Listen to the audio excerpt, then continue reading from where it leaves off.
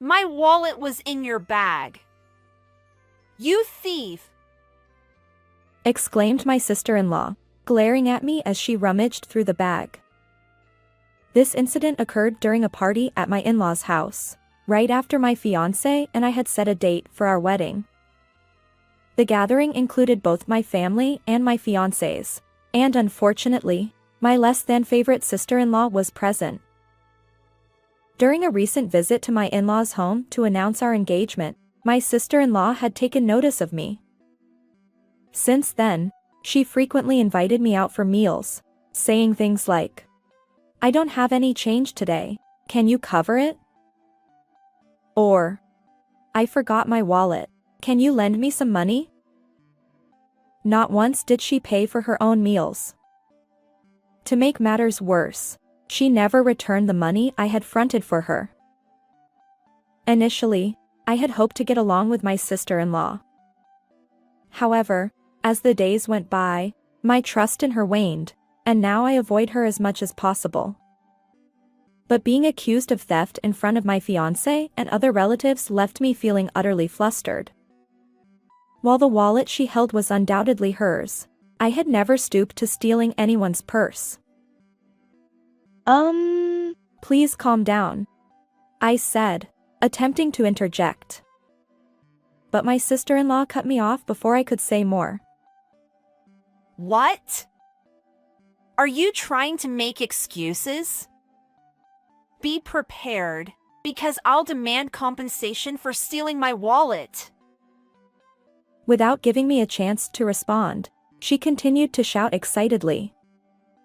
However, as I regained my composure, I couldn't help but suppress a little chuckle.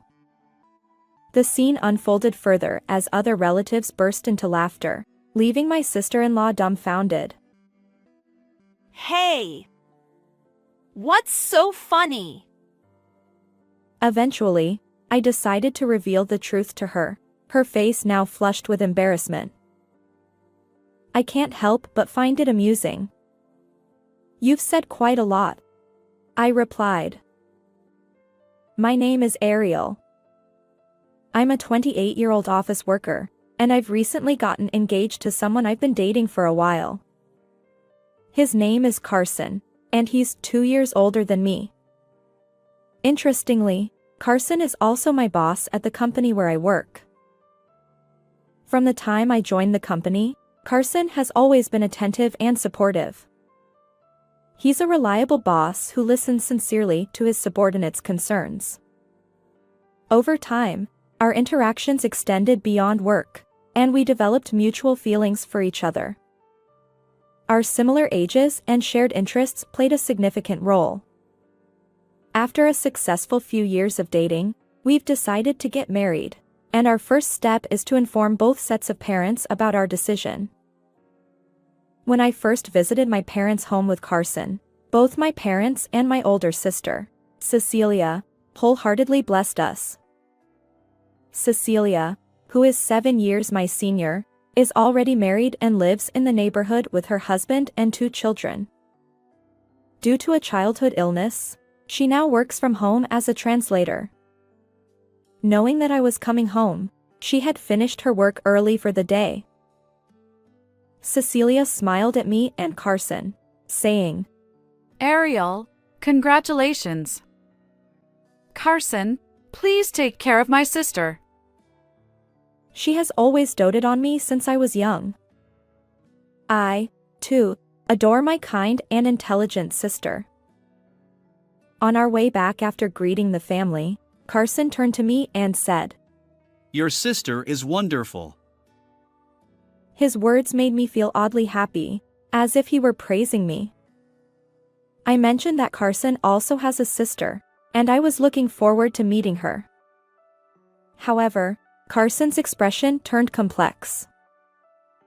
Carson said hesitantly, "But my sister can be a bit selfish and pretentious. I worry she might cause trouble for you, Ariel." It seemed he wasn't eager for me to meet his sister. Despite this, I hope to get along well with my future sister-in-law, Melody. Little did I know that a person named Melody would soon become a source of concern in my life. Later, when we visited Carson's parents, they warmly welcomed me. His mother greeted me in a relaxed tone, saying, Ariel, it's been a while. Thank you for visiting. His father also smiled kindly. Although I had spoken with Carson's parents a few times at the entrance of their home, this was the first time I entered their house. I felt nervous about meeting Carson's sister for the first time. However, it turned out that Melody, Carson's sister, was conveniently absent. While I felt disappointed, Carson visibly breathed a sigh of relief. Perhaps he really didn't want me to meet Melody. As we chatted with Carson's kind parents, the tension dissipated, and we enjoyed a pleasant time together. They genuinely celebrated our upcoming marriage, which put my mind at ease as we prepared to leave. As we were being seen off by our future in-laws and heading toward the front door, something unexpected happened. The door swung open from the outside, and a voice called out, "I'm home." A woman stepped inside. Carson's reaction was immediate. Oh. He murmured. The woman who stood there, blocking the doorway, appeared to be in her mid-30s, around the same age as my sister.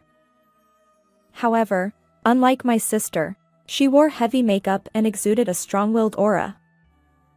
I immediately recognized her as Carson's sister, Melody. According to Carson, Melody was divorced and had no children. She was assertive and seemed to have an eye for material things. "Nice to meet you," I said to Melody. Her response was curt. When I looked at her, she scrutinized me with assessing eyes. Then, she smirked and asked, How did you meet Carson? Carson interjected, annoyed. Melody, you are just met. Don't bombard her with questions. But Melody continued, undeterred. How much do you earn? You dress nicely. You must be wealthy. Do you work at the same company as Carson? She fired off various inquiries. Stammering in response, I felt overwhelmed by her barrage of questions. Carson stepped in, scolding Melody.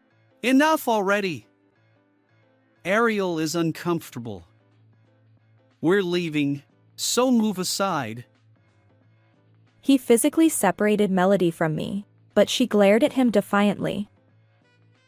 What's the rush? We'll be sisters-in-law soon. Can't we chat a bit? Oh, and Ariel, let's exchange contact information, Melody said, pulling out her phone from her bag. I hesitated but ultimately gave her my contact details. Still, I wondered if I had made the right choice and my regret began to bubble up.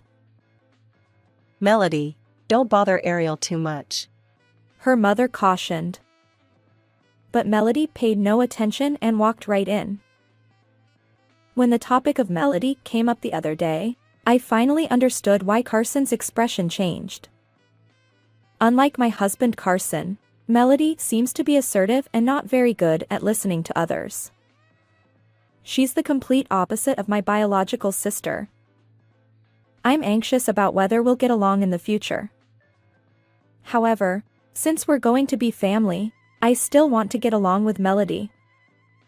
So, when she contacts me, I'll make sure to reply promptly. After exchanging contact information, I started receiving frequent emails from her the day after. As we continued our correspondence via email, we realized that our workplaces are close to each other. One day, Melody invited me to have lunch during our work break. I accepted without hesitation, thinking there was no reason to decline.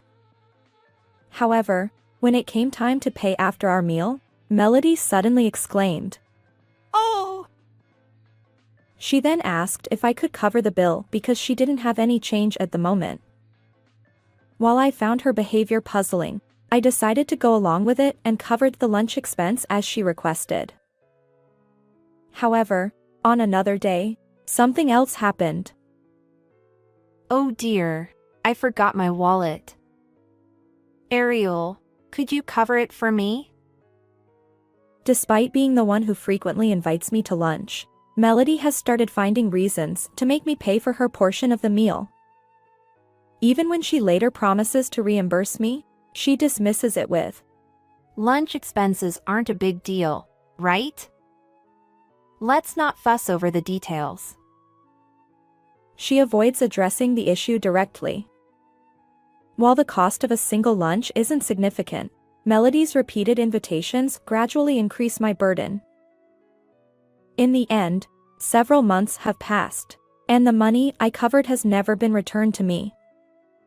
My trust in her has eroded day by day. I've come to realize that it's best to avoid getting too involved with Melody, and my desire to be friendly with her has faded away.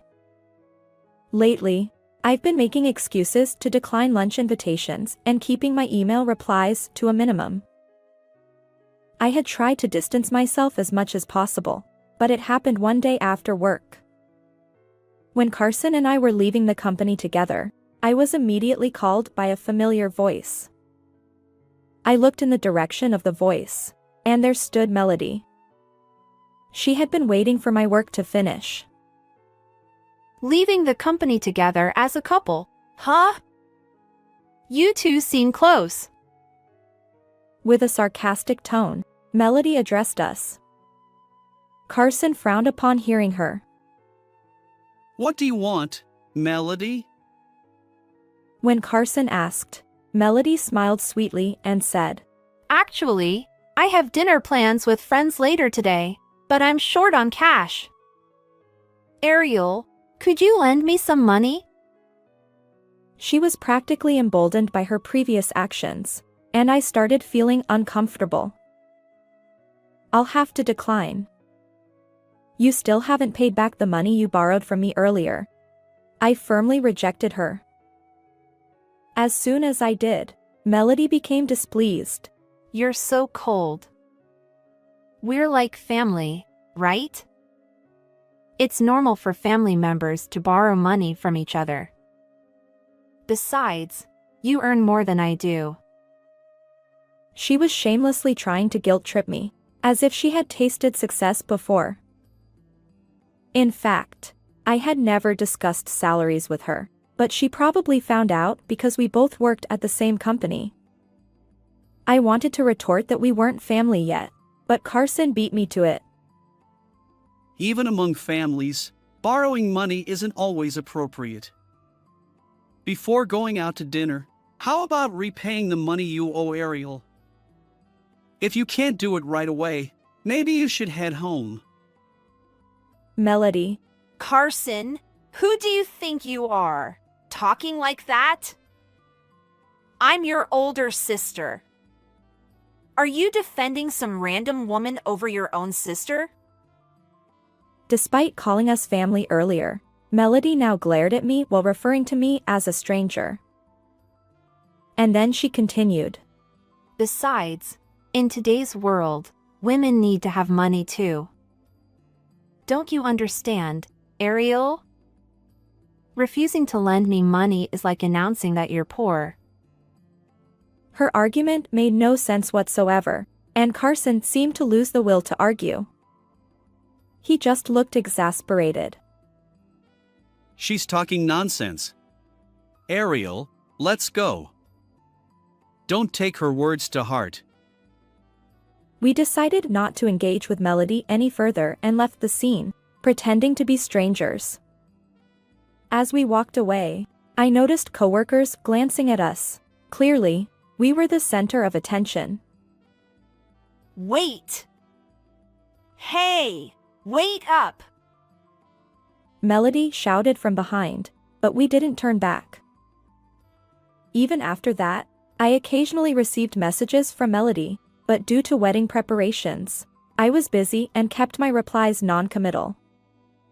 Of course, I declined dinner invitations as well. Since the incident where she ambushed me outside the office, I hadn't met her. Amidst this, the wedding date was finally set, and a party was organized where both families would gather. The venue was my in-laws' house. Carson and I arrived there, and soon after, my parents and sister joined us. Melody was also present at the dining table, but surprisingly, she remained quiet and didn't say anything to me despite our greetings. Her eerie behavior aside, the table was adorned with a sumptuous meal, and the atmosphere was celebratory. As the dinner proceeded harmoniously, everyone engaged in cheerful conversations. However, just then, when Melody returned from the restroom, chaos erupted. What? It's gone! My wallet is missing! She exclaimed, claiming that her wallet, which she had placed in her bag, was nowhere to be found. My mother-in-law tried to calm her down. Please relax. Maybe you left it in your room? But Melody paid no attention to her soothing words. I'm certain I put it in my bag. I see. I understand now. You stole it, didn't you? She pointed at me and began rummaging through the bag. To everyone's surprise, she pulled out a wallet, one I had seen before. It was Melody's wallet. See. Just as I said, my wallet was in your bag. With an oddly triumphant tone, she continued to confront me. You stole it while I was in the restroom, didn't you? You act all innocent, but you're an awful woman. I oppose someone like you becoming my brother's wife. I stammered, trying to defuse the situation. Melody, please calm down. Are you going to make excuses? What you did is theft. Be prepared. I'll demand compensation. She didn't give me a chance to speak and continued shouting in her excitement. Unable to bear it any longer, I burst out laughing. Oh dear. As I chuckled, my parents and Carson joined in the laughter. Melody looked dumbfounded but soon turned red with anger. Hey! What's so funny? It's hard not to laugh. You've said quite a lot, Melody. Huh? My sister, sitting next to me, addressed Melody, who seemed utterly confused. That bag doesn't belong to Ariel. It's mine. At that moment, Melody's expression froze. What? Her face turned pale, and I confirmed.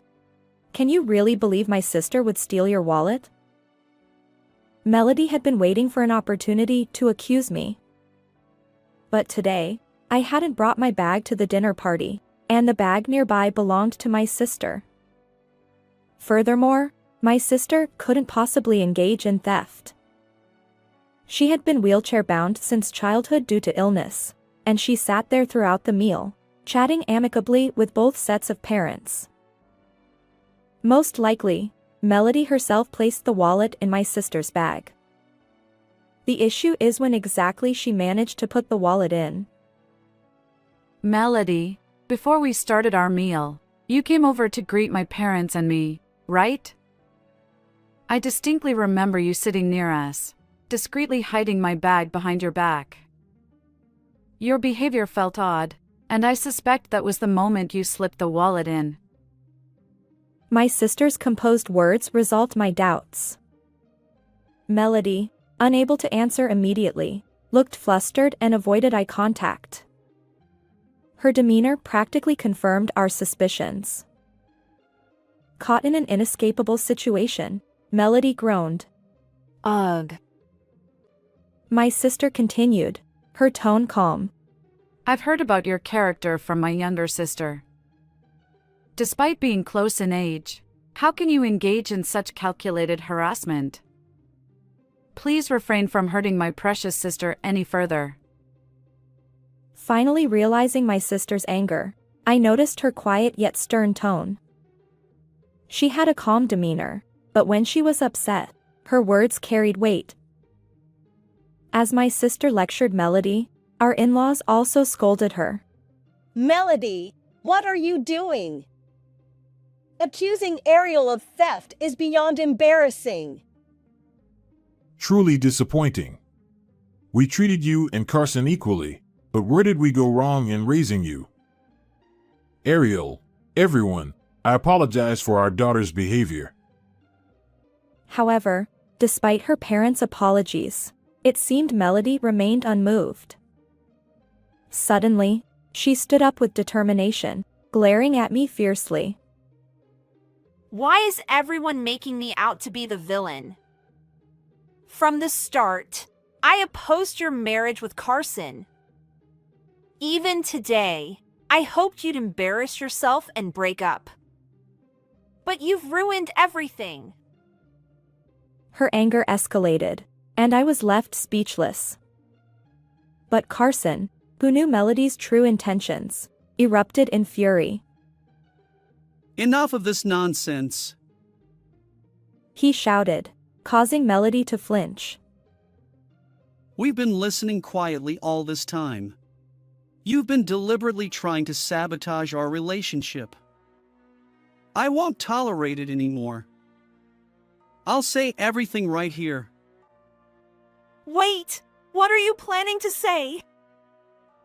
Despite Melody's attempts to stop him, Carson's anger fueled his determination. He exposed all of Melody's past misdeeds. How she made me pay for lunch and never returned the money. How she ambushed us outside our office, begging for money, and more. According to Carson, Melody had secretly whispered baseless rumors about me to him, attempting to break us apart. Who would believe such words? Ariel has worked diligently since joining the company, and I know firsthand that she's honest and kind. Just because we're family doesn't mean we can say anything. He didn't delve into the specifics of Melody's gossip, but his intense anger hinted at the severity of her accusations. Did all that really happen? I asked, surprised by the revelation. Carson's regretful expression spoke volumes. I'm sorry. I kept quiet because I didn't want to worry Ariel unnecessarily. Regardless of what my sister said, I trust Ariel. His sincere response brought tears to my eyes. Wiping them away, I turned to face Melody. Melody, I've decided to stand by Carson no matter what. So please, let this be an opportunity for you to distance yourself from being Carson's sister. Blushing, Melody retorted. Enough! Remember this! And with that, she stormed out of my in-laws' house. After the storm had passed, I felt a sense of relief. No matter what kind of harassment Melody might attempt in the future, I was no longer afraid. This incident deepened my affection for Carson even more. I vowed to continue walking alongside him, trusting in our love. A few days later, the lunch expenses I had previously covered for Melody were returned to me through my in-laws. Apparently, they had urged Melody to repay the borrowed amount. Additionally, Melody's ex-husband contacted my in-laws. The cause of their divorce was Melody's extravagant spending habits, which even extended to their living expenses. Consequently, Melody had been paying alimony, and she had assured my in-laws that the payments were complete. However, it turned out that a substantial amount was still outstanding. Recently, her repayment had fallen behind, as revealed by her ex-husband's communication. Upon learning this, my in-laws had severed ties with Melody.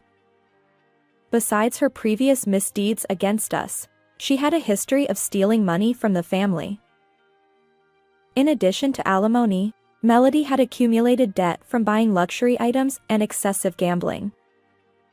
According to Carson, Melody had been a compulsive gambler since her 20s, and my in-laws had repeatedly admonished her.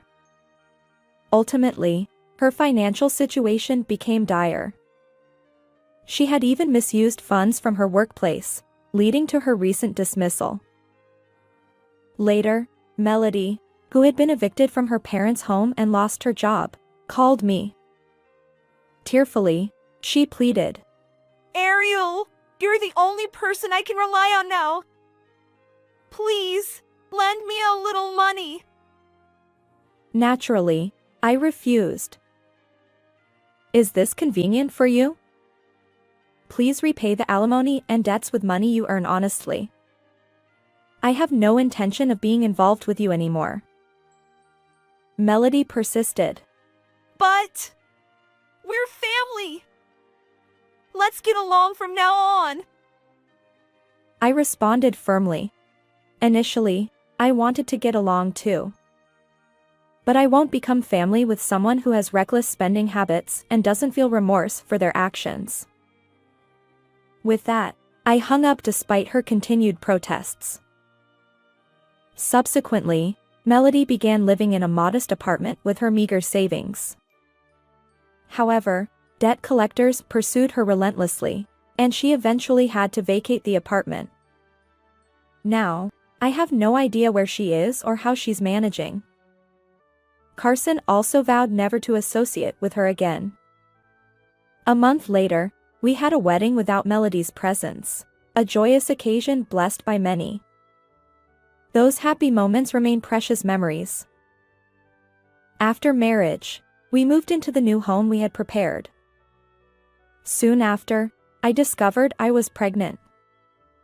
With our growing family, I look forward to sharing happy days alongside Carson. How did you like this story?